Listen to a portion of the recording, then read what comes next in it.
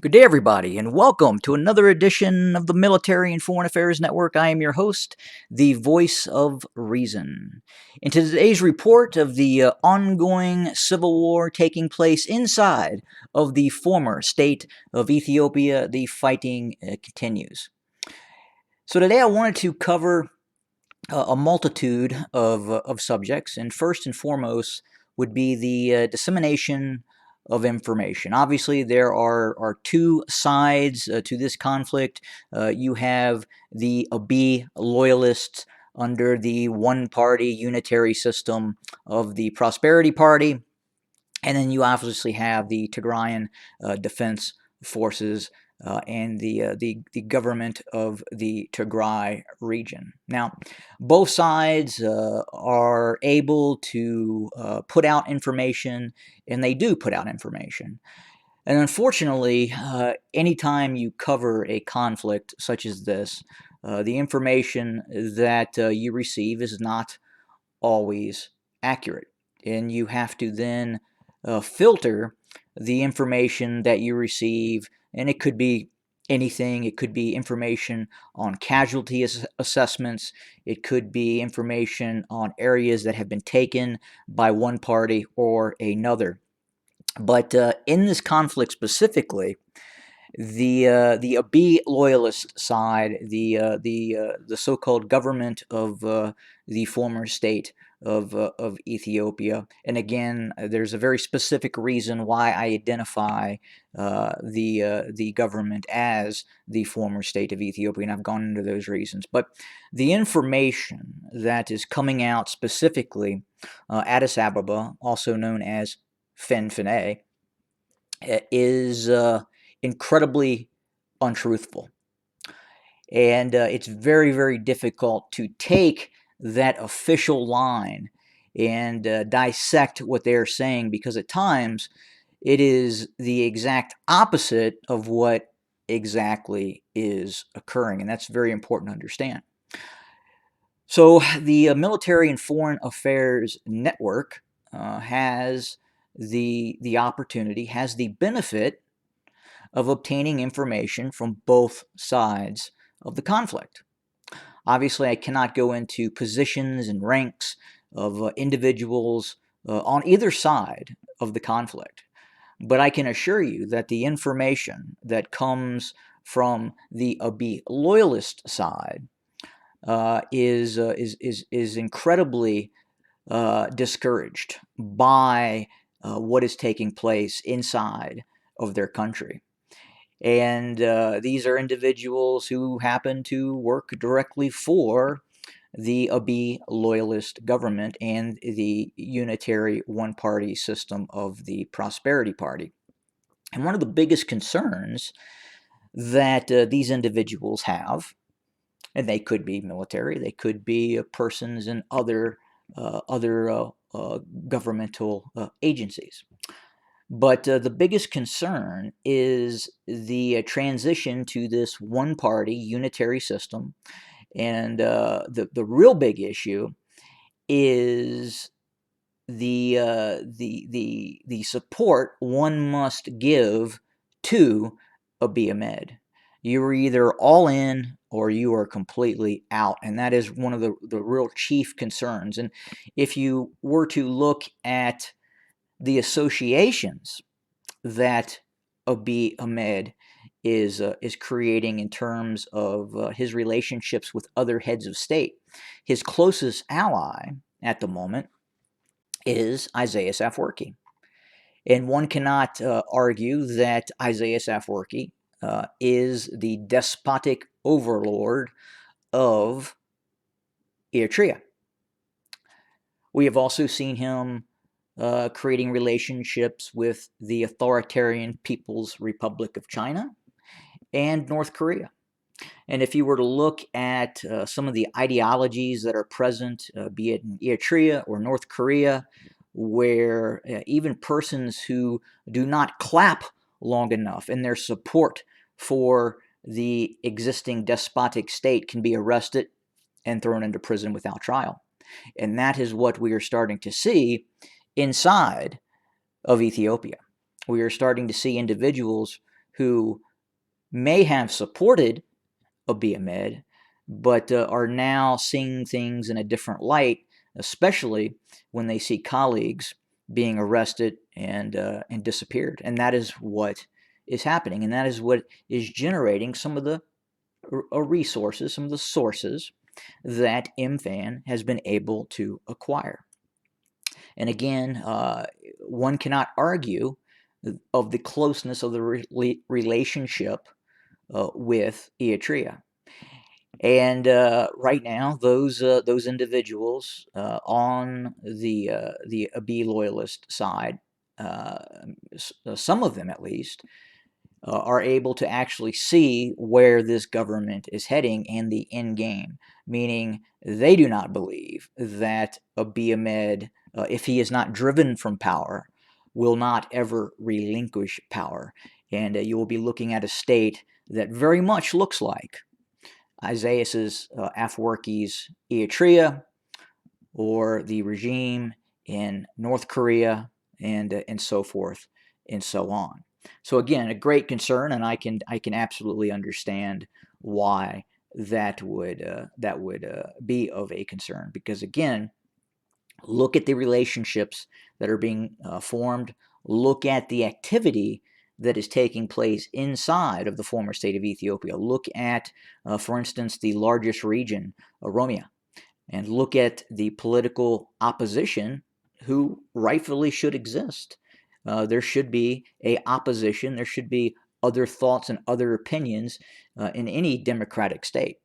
And right now, that is something that is not allowed inside of the former state of Ethiopia. But again, that is why we are able to obtain some of the information that we're getting. But again, that information right now that we are receiving on the ongoing conflict is very much different than what is being reported on the ground by the Abiy Ahmed-led government and the Prosperity Party. Again, things are incredibly dire. Things are very precarious right now within both the military and political apparatus of the Abiy loyalist government. They have suffered many, many catastrophic defeats. Again, if we hearken back to the pretext for the invasion of the Tigray region, because of a democratic process. And again, this is fact. Again, the Tigrayans were looking for self-determination. We're looking for a continued election process, a continued democratic process within their region. And under the auspice of COVID, they were denied that.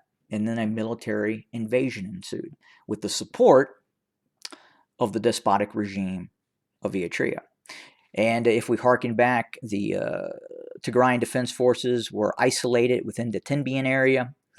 And once they were able to fully mobilize, obviously the green is what is now controlled by the Tigrayan Defense Forces and the Tigray government. Obviously that has changed quite a bit. They have launched an invasion into the Amhara region, multi-pronged invasion, and still control significant amounts of territory. Now, we are receiving reports, and a lot of this is coming from governmental news sources that would indicate hyperbolic success.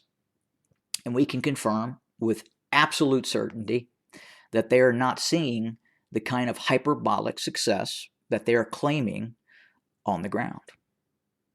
We can also report that from our information coming from the Tigray region, that there is an absolute war strategy and there is a war goal. And that war goal and that war strategy, at times, must be modified and changed. Within the scope of any conflict, at any point in any time on Earth, no plan survives first contact with the enemy. We have seen, even within the context of this conflict, we had seen drives and operations by the TDF towards Gondar and Debark, and obviously that operation changed and moved elsewhere.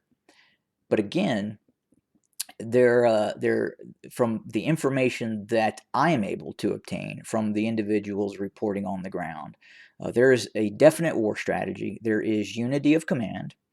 And there has been a very, very successful mobilization and training regime that has been instituted inside of the Tigray region, which has led to significant success.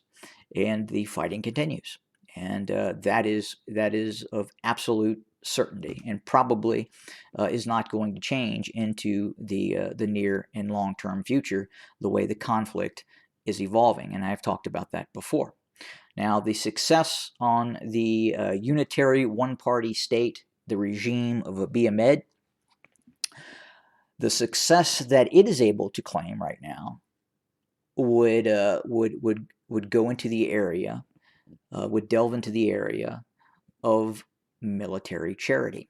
So we have confirmed, and we can say with certainty, that the United Arab Emirates is providing direct military charity to the Abiy-led government.